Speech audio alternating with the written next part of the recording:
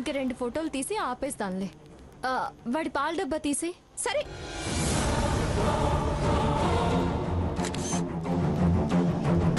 పెద్దమ్మ నీ ఫోటో తీస్తుంది నాన్న.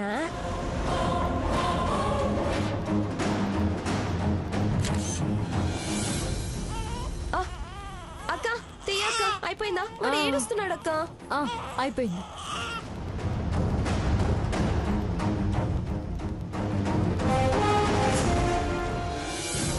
వదినా ఫోటోస్ తీసావా? తీసాను, ఇదిగో. చాలా థ్యాంక్స్ వదినా. థ్యాంక్స్ తర్వాత. నువ్వు ముందు అర్జెంటుగా వెళ్ళు, అది చూస్తుంది. వెళ్ళు. అలాగే వదినా.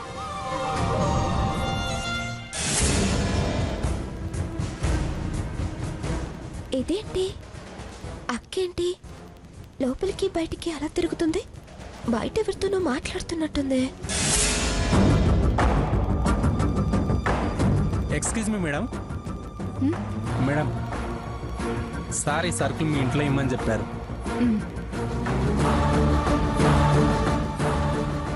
అక్క ఎవరితోనో మాట్లాడింది? కిరాణా షాప్ అతను సరుకులు ఇచ్చి వెళ్ళాడే. ఓ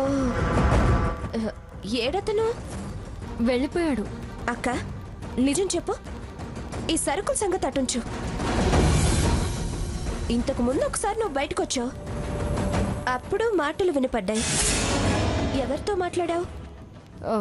ఏంటే ఎవరితో ఎవరితో అని అంత పర్టికులర్గా అడుగుతున్నావు? వాళ్ళెవరన్నా వచ్చారేమో, చాటుమాటుగా ఎలా నన్ను ఆ ఇంటికి పంపాలా అని ప్లాన్ వేసుకున్నారేమోనని. పిచ్చి పిచ్చిగా మాట్లాడికి స్వర్ణ. నన్ను పిచ్చిదాన్ని చేసే ప్రయత్నాలు మాత్రం చెయ్యొద్దక్కా. ఏంటే చివరికి నన్ను కూడా అనుమానిస్తున్నావా? మీరంతా వాళ్లనే సమర్థిస్తున్నారుగా, అనుమానించడంలో తప్పులేదు. ఎవరు ఎవరిని సమర్థించినా తమరి నిర్ణయం అయితే మార్చుకోవడం లేదుగా. తెలిసి ఎందుకు ఈ ప్రయత్నాలు చేస్తున్నారు?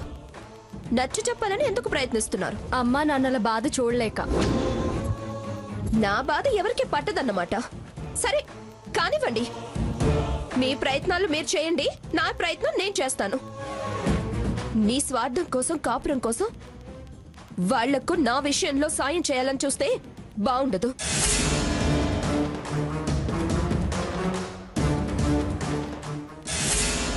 సమయానికి సరుకులు రక్షించాయి. ఇది నన్ను అనుమానించడం మొదలుపెట్టింది. రోజు రోజుకి మొండితనం పెరిగిపోతుందే గాని తగ్గడం లేదు. ఎలా?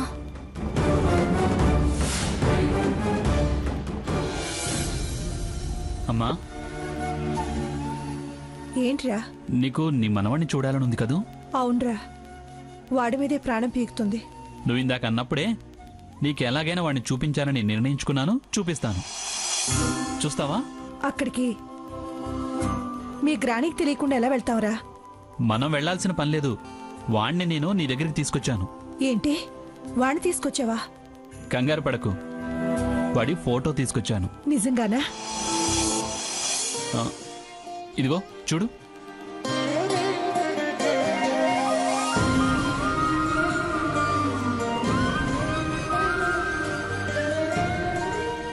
ఎంత బాగున్నాడ్రా నా బుజ్జికొండ. అచ్చు నీలాగే ఉన్నాడ్రా. ఎంత ముద్దొస్తున్నాడో.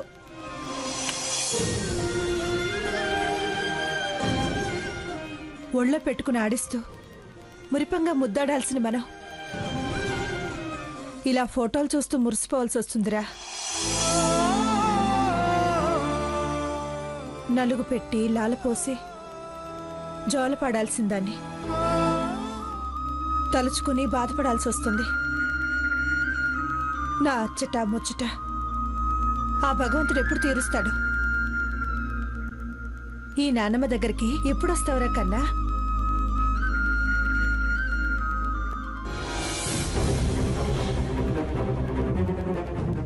ఏం చేస్తున్నారే? ఏం లేదత్తయ్య, ఊరకే కూర్చున్నావు. ఏమిటి నీలో నువ్వే మాట్లాడుకుంటున్నావు? నాలో నేనేం మాట్లాడుకోవట్లేదు అత్తయ్య గారు, వీడితో మాట్లాడుతున్నాను. ఏం మాట్లాడుకుంటున్నారా? ఏం లేదు గ్రాని. వీడు నీకు ధైర్యం నూరిపోస్తున్నాడా? వాడికి నువ్వు ధైర్యం నూరిపోస్తున్నావా? ఒకరికొకరు. తప్పదు కదా అత్తయ్య. అంత భయపడాల్సిన పనేం లేదు. నా మీద నమ్మకం లేదన్నమాట. నమ్మకం లెక్క కాదు గ్రాని, కానీ నేనేమిటో, నా ఆలోచనకు అర్థమేమిటో 2 రోజుల్లో తెలిసి వస్తుంది. వెళ్ళండి.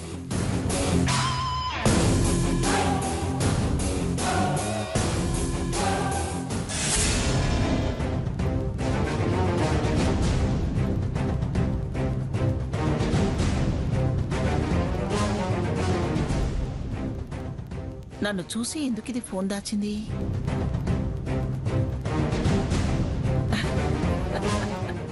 అరే, నువ్వున్నావేమిట్రా ఇందులో? ఆ? మీ నాన్న తీసుకొచ్చాడా నిన్ను? వాడి ప్రాణమంతా నీ మీదే ఉందిరా. అరే కన్నా, మీ అమ్మ బుద్ధి మార్చరా. నా బంగారు కొండ. ఏమిటోరా, మీ అమ్మది పిచ్చితనమో మొండితనమో నాకు అర్థం కావటలేదు. మా అందరినీ కాదని నిన్ను మాకు దూరం చేస్తుందా కన్నా? పంతానికి ఆగాల్సి వస్తుంది, కానీ నా ప్రాణమంతా నీ మీదే ఉందిరా. ఎప్పుడెప్పుడు ఆడుకుందామని నా మనసంతా ఆరాటపడుతుంది. నీ బోసి నువ్వులు చూసి మురిసిపోవాలని నా మనసు ఆరాటపడిపోతుందిరా. అది ఒక్క మెట్టు దిగితే నేను నీకోసం 100 మెట్లు దిగుతానురా కన్నా. అబ్బా, ఎంత ముద్దొస్తున్నావురా కన్నా. కన్నా, నీకన్నీ నా పోలికలేరా. తొందరగా వచ్చేరా కన్నా. మీ అమ్మ మూతిమిత్తాన్ని పద, ముత్తమ్మ దగ్గరికి పోదాం పద అని తీసుకురారా. బుద్ధి తక్కువదిరా. ఎప్పుడెప్పుడవో తవ్వుకొని దాని కాపురంలో అదే నిప్పులు పోసుకుంటుంది. ఎవరొచ్చారు? ఎవరొచ్చారు? ఎవరు రాలేదే? ఏవో మాటలు వినిపించినాయే. ఏ ఛాసలో ఉన్నారో? పరధ్యాన మనుషులు కదా. అత్తయ్య గారి మనసులో వాడి మీద చాలా ప్రేమ ఉంది.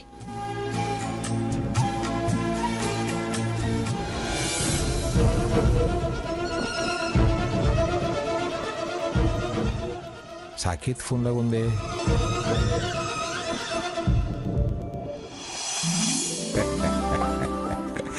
నువ్వు అబుజి కన్నా ఏడ్రో, నిన్నెవరో ఫోటో తీసుకొచ్చారే, మీ నాన్న. రేయ్, అచ్చం జడ్జి జగన్నాథం లాగా ఉన్నావురా. మీ ముత్తవ్వ నువ్వు మున్సిపల్ కోర్టు జడ్జివి, బుర్ర తొక్కువాడివి అందరా. రేయ్, నువ్వు సుప్రీంకోర్టు జడ్జివి కావాలరా. నేను నీకు తర్ఫీదు ఇస్తాను రా. రేయ్, మీ ముత్తవ్వ మాట వినకు, మీ నాలాగనే తయారవుతావు, సరేనా? మొత్తానికి ఇలా కనిపించి మోజు తీర్చావురా. నీకోసం అందరం ఎదురు చూస్తున్నావురా. రేయ్, త్వరగా వచ్చేయరా. నా కాలక్షేపం అంతా నీతోనేరా. గుర్రమాట, ఏనుగాట అన్నీ ఆడిస్తారా. రేయ్, నీకోసం నేను మీసాలు పెంచుతానురా. అవి నీ చేతికిచ్చి కళ్ళెంలా అందించి వీపు మీద ఎక్కించుకుని గుర్రపు స్వారీ చేయిస్తాడ్రా. రారా వరాల మూట. రే సాకేత్, సాకేత్. ఏంటి తాతయ్య? రేయ్, ఇంత మనసులో మనసు లేకుండా ఉండే బదులు మీ గ్రానికి చెప్పి నీ భార్యని కాపురానికి తెచ్చుకోవచ్చు కదరా. ఏమైంది ఇప్పుడు? నా మనసులో మనసు లేదని ఎందుకంటున్నారు? రేయ్, సెల్ ఫోన్ వదిలేసి నీ దారుణ్ణి ఉన్నావంటే అర్థం అదే కదరా. ఇదో ఫోను. థ్యాంక్స్ తాతయ్య. ఎక్కడుందా అని వెతుక్కుంటున్నాను. థ్యాంక్స్ నేను నీకు చెప్పాలరా. నాకు దేనికి? నా మునిమనవడి ఫోటో తీసుకొచ్చినందుకు. వాణ్ణి ఇక్కడే ఉండి చూసే భాగ్యం కలిగించినందుకు. రేయ్, ఎందుకురా మనసు అక్కడ, మనిషి ఇక్కడ. ఏం చేయను తాతయ్య, ఎంత తగ్గి ఎన్ని విధాలుగా ప్రయత్నించినా తను రానంటోంది. నువ్వు చెప్పినట్టే నడుచుకున్నాను, అయినా లాభం లేకుండా పోయింది. అంతేరా,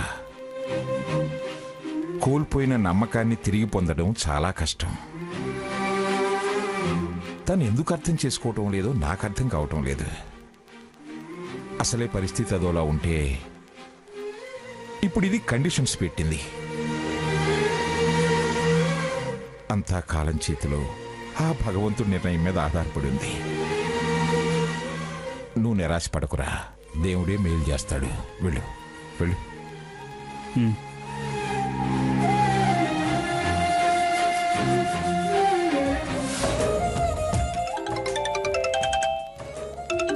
అత్తయ్య గారేమో. అత్తయ్య గారు. అమ్మ సీత, చాలా సాయం చేసావమ్మా. మనవణ్ణి చూడాలి చూడాలి అన్న నా కోరిక తీర్చావు. అందరూ వాడి ఫోటో చూసి చాలా ఆనందపడ్డారు. ఇంత సంతోషం మాకు అందించినందుకు నీకు జీవితాంతో రుణపడి ఉంటాను తల్లి. నీ రుణం తీర్చుకోలేనిది. థ్యాంక్స్ అమ్మా. అయ్యో అత్తయ్య గారు, అంతంత మాటలు ఎందుకు అత్తయ్య గారు? మన మధ్య రుణాలు థ్యాంక్స్లు ఎందుకు? ఈ రుణాన్ని మీరు తీర్చుకోవచ్చు. ఏంటమ్మా నువ్వు అనేది? అవును, మీరు నాకు ఒక సహాయం చేస్తే ఈ రుణం తీరిపోయినట్టే.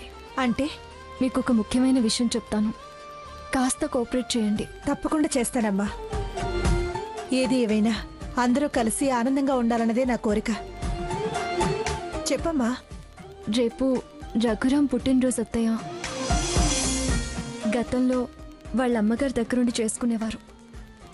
ఇప్పుడు ఆవిడ లేరు, కానీ తన వాళ్ళంతా ఉన్నారు. తనిప్పుడున్న పరిస్థితుల్లో పుట్టినరోజు జరుపుకోవడానికి ఇష్టపడ్డు. మీరే తల్లిగా తన బాధ్యత తీసుకుని తన పుట్టినరోజు జరిగేలా చూడండి. నాకు ఈ సహాయం చేయరా? తను విచారంగా ఉంటే నేను తట్టుకోలేను. ఇదేనమ్మా భార్యాభర్తల అనుబంధం అంటే. ప్రేమంటే ఇలా ఉండాలి. అనురాగాలు, ఆప్యాయతలు అంటే ఇలా ఉండాలి. మీ ఇద్దరూ ఒకరినొకరు ఎంత బాగా అర్థం చేసుకున్నారు. ఒకరి కోసం ఒకరు బతకడం అంటే ఇదే. అత్తయ్య గారు చేస్తారుగా? అలాగే. ఉంటాను అత్తయ్య గారు.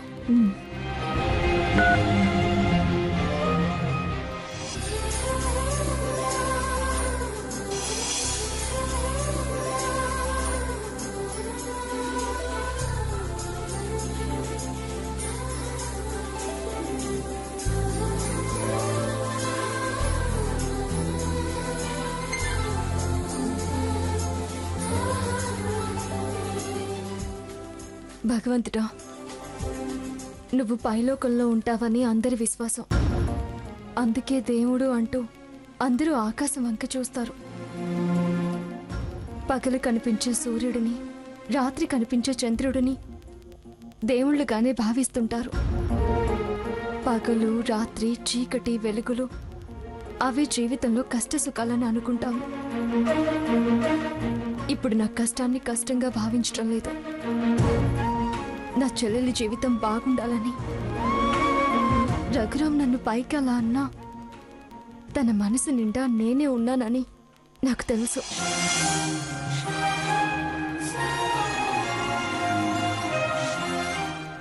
రేపు నా భర్త పుట్టినరోజు. తనని మెండుగా దీవించు.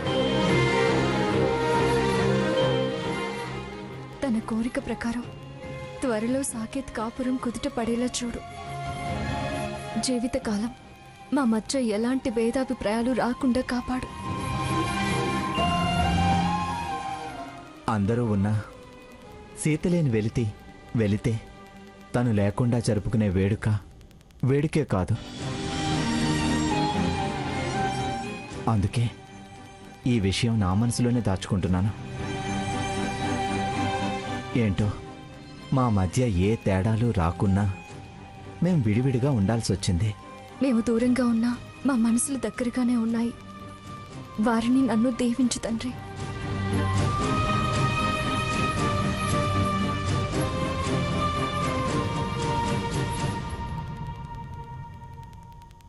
ఆకాశవాణి శ్రోతలకు స్వాగతం. బర్త్డే విషెస్ కార్యక్రమంలో ఓ అజ్ఞాత ప్రేయసి పిఠాపురం రఘురాం గారికి ప్రేమతో ఈ సాంగ్ డెడికేట్ చేస్తోంది. వైశాఖ వెన్నెల వయ్యారి వెన్నెల ప్రేమంటే ప్రియ ఒక కళ నీ బలపంత మత్తెక్కించే కళ.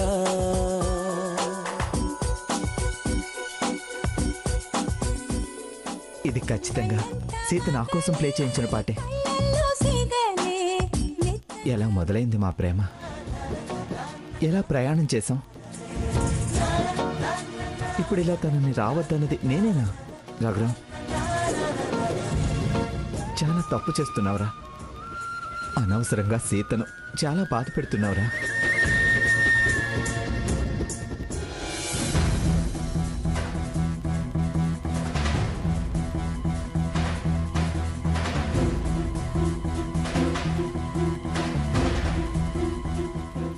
అప్పుడే ఆ మంగమ్మ గారు పెట్టిన 3 రోజుల గడువులో ఒక రోజు అయిపోయింది. ఇంకా 2 రోజులు మిగిలిన్నాయి. ఈ 2 రోజుల్లో ఆ 15 లక్షలు ఎక్కడి నుంచి తేవాలి? ఎవరిస్తారు? ఎలా ఈ గండం నుంచి బయటపడాలి? ఏం చేయాలో, ఎవరి కాళ్ళు పట్టుకోవాలో అర్థం కావట్లేదు.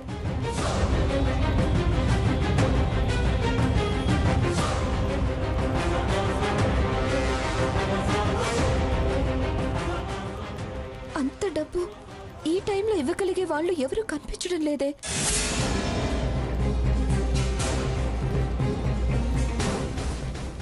ఏంటి, అక్క బీరువాలో నుంచి బట్టలు తీసి సర్దుతుంది? అక్క, ఏం నువ్వు చేస్తున్న పని? నేనేం చేస్తున్నానే, బట్టలు సర్దుతున్నాను. ఎవరి బట్టలు? అందరి బట్టలు సర్దుతున్నాను. నా బట్టలు మాత్రమే సూట్ కేసులో పెడుతూ అందరి బట్టలు సర్దుతున్నానంటున్నావేంటి? బీరువాలో ఒక్కొక్కరిలోని బట్టలన్నీ తీసి కలరా ఉండలు వేసి మళ్ళీ బట్టలన్నీ అందులో పెడుతున్నాను. బట్టలన్నీ బయటికి తీసాక విడిగా ఎందుకని ఈ సూట్ కేసులో సర్దుతున్నాను. ఈ అరలో నీ బట్టలున్నాయి, అవి తీసి కలరా ఉండలు వేశాను. అబద్ధం. నా బట్టలు మాత్రమే తీసి సూట్ కేసులో పెట్టి నన్ను పంపించాలని చూస్తున్నావు. ఏంటే ఇది? ప్రతిదాన్ని ఇలా తప్పుగా చూస్తున్నావు. నిన్న తెచ్చిన సరుకుల్లో కలరా ఉండలున్నాయి. బొద్దింకలు పోవడానికి అవి బీరువాలో వేశాను. కావాలంటే చూడు. నన్ను బొద్దింకలా పంపాలనుకుంటూ కలరా ఉండలని కబుర్లు చెప్తున్నావా? ఏయ్, నీకేమైనా పిచ్చా? స్వర్ణ, బీరువా నిండా పురుగులు చేరాయి, కలరా ఉండలు పట్టుకురండి అని మీ అమ్మ చెబితే పట్టుకొచ్చింది నేనేనమ్మా. అక్క ఏదంటే అది కరెక్ట్ అనటం మీ అందరికీ అలవాటైంది. అవునే, అది కరెక్ట్ గా అంటుంది, కరెక్ట్ గా నడుచుకుంటుంది కాబట్టే కరెక్ట్ అంటాం. అంటే నేనే తప్పుగా నడిచేదాన్నా? అది వేరే చెప్పాలా? నీ చేష్టలు చెప్తూనే ఉన్నాయి కదా. అమ్మా, ఆహా, చాలా బాగుంది. ఒక్కళ్ళు అరవటం, మరొక్కళ్ళు వారించి నన్ను సమర్థించినట్టు నటించటం. బాగానే డ్రామాలు ఆడుతున్నారు.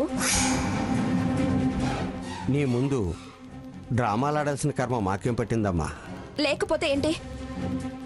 మీరు నన్ను పంపించేయాలని డిసైడ్ అయిపోబట్టే కదా అక్కిలా నా బట్టలు సూట్ కేసులో సర్దుతుంది. ఎందుకే మా మీద అపనమ్మకానికి వచ్చావు? బీరువాలో కలరా ఉండలు వేస్తున్నానని చెప్పినా మళ్ళీ అదే మాట అంటావేంటి?